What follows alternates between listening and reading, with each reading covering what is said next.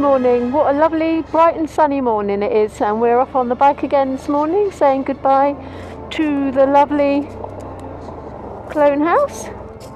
Across the beach, which I hate this surface. It's awful, isn't it? It is. Oh, that's better. Well done. He hasn't confessed, but he did need a big push this morning from his super strong wife. But we're out, and there, beautiful place, lovely landscaping. Back out on the road, heading north today, hoping to get some beautiful filming over the Wicklow Mountains, going over on the military road. There's a lot of history with the military road, so cover a bit of that maybe.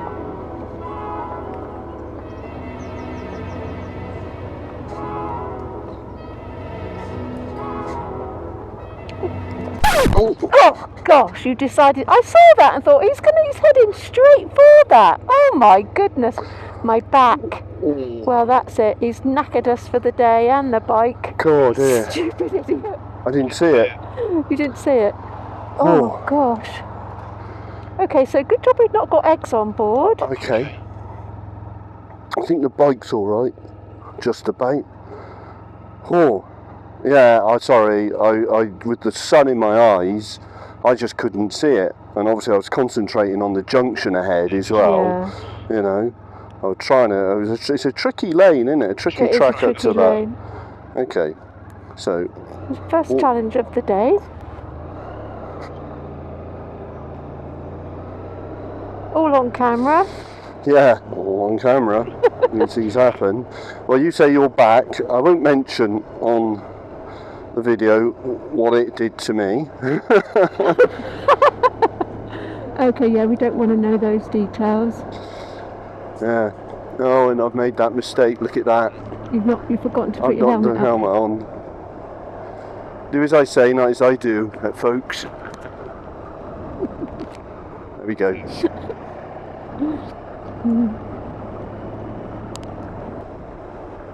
So we are in County Wicklow, which we found out last night was the newest of all of the counties. How many counties were there? 32. 32. Yeah.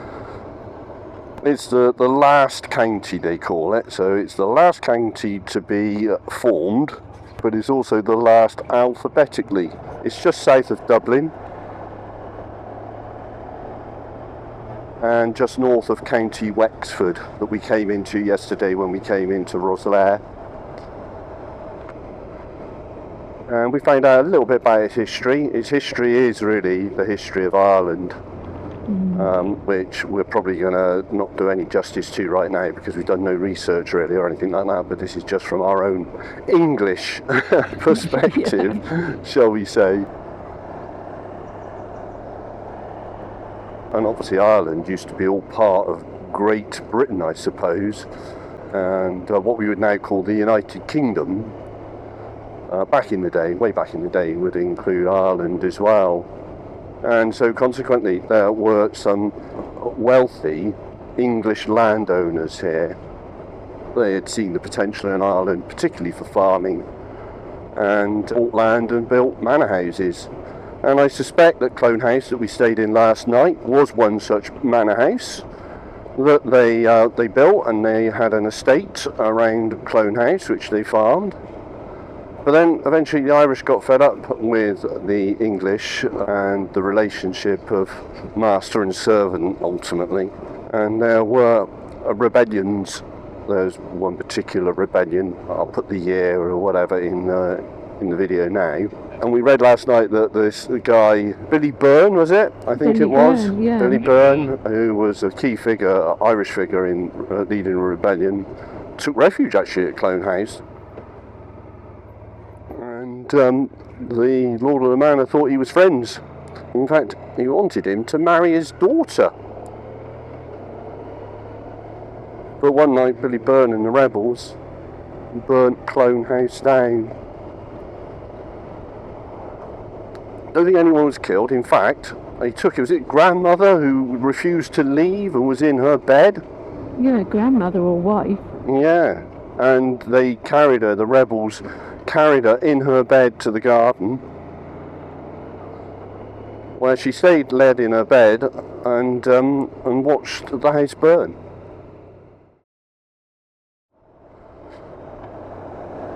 Get the feeling we're now getting into the Wicklow Mountains. We're just the foothills, if you like. Gorgeous. Which is possibly the highlight of today. We did mean to make an early start, didn't we? Well, we said, well, we'll get going by 8, but then breakfast, the earliest, was 8, wasn't it? So then we ended up having a good old chinwag with some Americans who come over to see their Irish ancestry. Well, not see them, but visit them in their graveyards.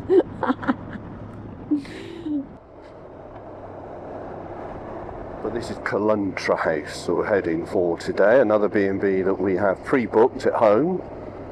So yeah, we've done a little bit of booking. The first 3 nights we booked before we left, just so that we knew where we were staying for the first 3 nights. But then we've decided to do no booking.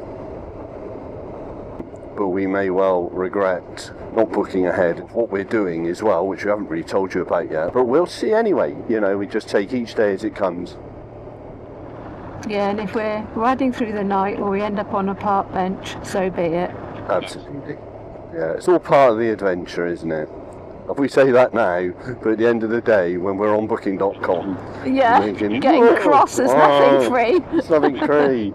Except for the £350 a night place that you wonder if they've inflated their price just because of that. But we're trying to do less than £100 a night, which sounds like a lot of money. A few years ago, that would have got you pretty much, that would have got you some really decent lodgings, wouldn't it? Yeah. But now it seems like what used to be 40 quid just a few years ago is double that, is 80. Yeah, we're pleased with 80. We don't really want to spend 100, but if we have to, because there's not much else, and no doubt we'll end up spending a bit more as well, I think. But we'll see how we go. Yeah. We don't eat much on the move, do we? If it's bed and breakfast, then we have a good breakfast, and then... Absolutely. They fed us for the day as well. If you think about it, it's quite good value, isn't it? Because all the bed linen, or the towels have been taken care of. We've got somewhere to stay, we've got a warm shower or bathroom, whatever it might be. And on top of that, we've got a breakfast in the morning to set us up for the day. And that's 2 of us. So, actually, if you think about it like that, it's not so bad, is it? Yeah. It's not so bad at all. And today, we squirreled away a couple of freshly baked, absolutely gorgeous looking and smelling fruit scones. So actually, we do have a little bit of a snack for later, don't we? We do. So, looking forward to that. They look absolutely delicious.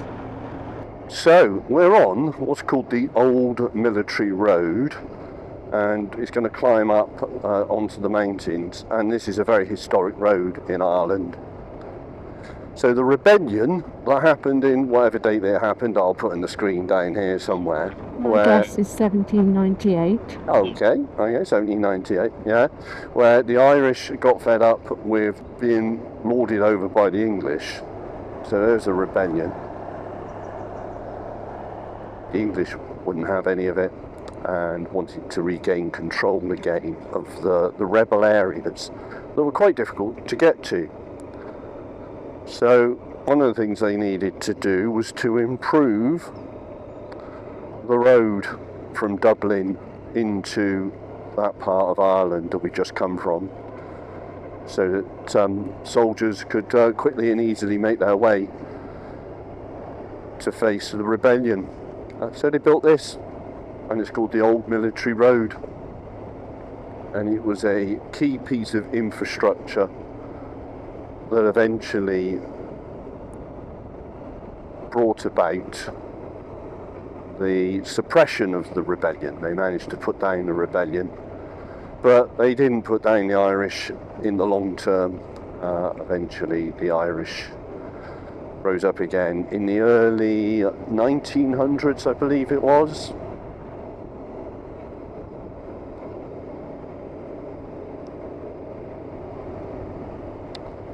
But there was various kind of agreements and stuff like that were made, and a bit of self-governance, but eventually the Irish got their complete independence. Today the old military road provides a fantastic driving route, and we had virtually no cars and no vehicles at all. Funny thing is, we've been warned a few times that to expect a lot of camper vans and stuff like that, and for it to be busy. I don't know, perhaps it's just the time of day. It's only sort of 10:30 now on a Friday morning, but we've had very little traffic up here, which is something else. And as you can see, the scenery is stunning. Got a river to our left, got mountains left and right. I can say, when we were talking to the American lady this morning, she was telling us about how her Irish ancestors left Ireland and used the military road to get up to where the boats were sailing across to America. So they started in County Wicklow and they went up to Dublin. Yeah. And she said that they used the military road to get there. So lots of stories along this road of people, well, fleeing and fighting. Yeah. See the waterfalls? Why? Waterfalls. Oh, yes. Well, Oh, yes. hopefully we'll get a viewpoint. Yeah. I don't think we will at this rate, but we're going to have to stop. And Yeah. Well, there's a car. Oh, there's a car up there, but I don't think it's stopped. There is a car stop though, isn't Here there? we are. This fence here is clear. Yeah. People can pass us over there, can't they? Do you want to go off? Yeah. Well, I think I like the view and the ride, but I think the blokes that watch this YouTube channel are probably thinking, well, what connection's he using there? Or what device is that? Or how does he attach that to that? Of course, I'm not at all interested in that, but I thought, well, if I do a little bit of homing in, it might satisfy some of those questions. I don't know. But as you can see, this time we're riding with our hard cases. I think a lot of the coast we ended up doing soft cases, didn't we? But this is our hard ones. And we've also got our front bags on, but we've put so these were the soft ones that were at the back, and Jarrod's put them on the front. Obviously more weight, but it's got our waterproofs and all the tools for the bike and all the locks and things in there. And then he's got these various camera points. Well, they look like they're all over the place. 1, 2, 3. And I believe he's put a couple at the back. Yeah, there's one, look. And then obviously I hold one. But we thought, seeing this lovely view, it's really quiet, we'll get the drone up. So we haven't flown it for a little while. Hopefully we'll remember how to do it. Oh dear. We always get a bit stressed flying the drone because, well, it sometimes has a mind of its own. It doesn't. It's just us forgetting which knob goes where and which way is up and down and all the rest of it. But hopefully we'll get some good footage of this stunning place.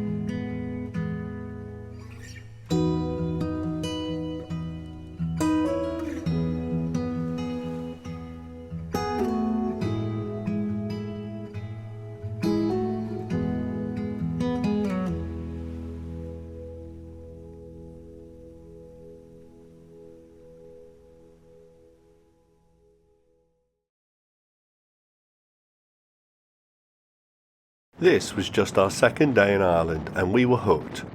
This road and scenery set the stage for what was to come. We were blessed with glorious weather, but what really made the whole trip for us was just how quiet and uncommercialised Ireland is compared to England.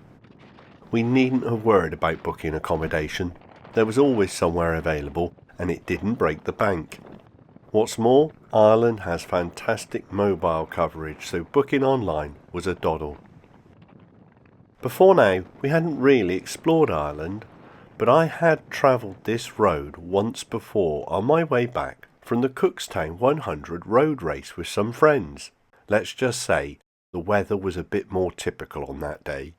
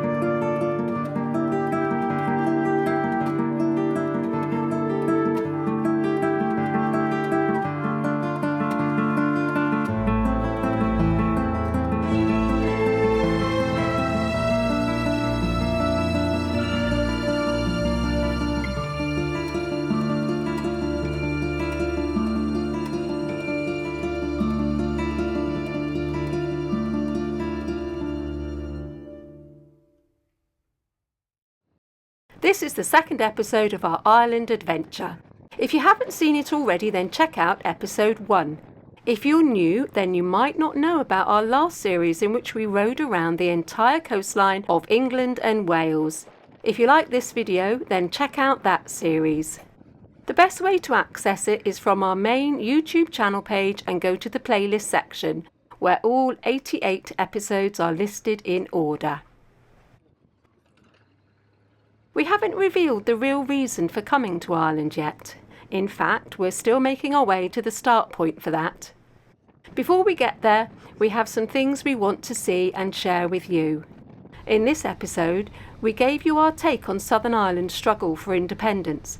In the next episode, we'll be crossing the border into Northern Ireland and riding through Belfast, where we will attempt to give you an insight to Ireland's more recent troubles. In the meantime, for those who want to stick around for more of this marvellous biking road, sit back and enjoy the rest of the ride. See you next time.